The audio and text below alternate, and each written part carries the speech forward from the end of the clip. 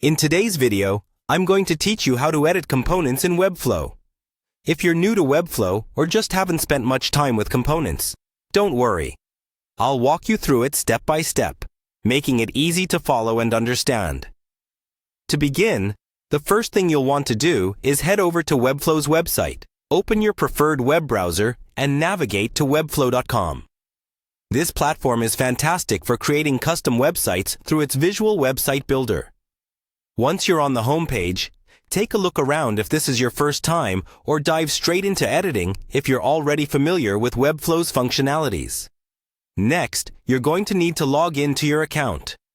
Click on the Login button located at the top right corner of the web page. If you haven't created an account yet, now would be the time to do so. Just follow the prompts to set up your very own account. It's straightforward and quick.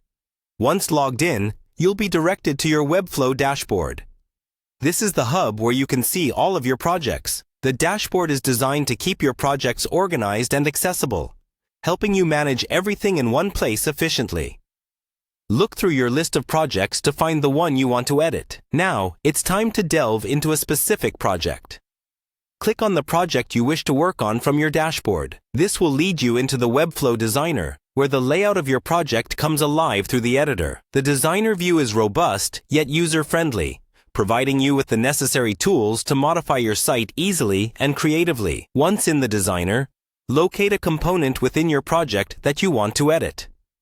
Webflow components enable you to replicate certain design aspects across multiple pages, which can be incredibly helpful for maintaining a consistent look and feel throughout your site. Use your cursor to select the component that needs altering. And there you have it. 5 simple steps that guide you through editing components in Webflow. Remember, working with components is about enhancing both the functionality and aesthetics of your website.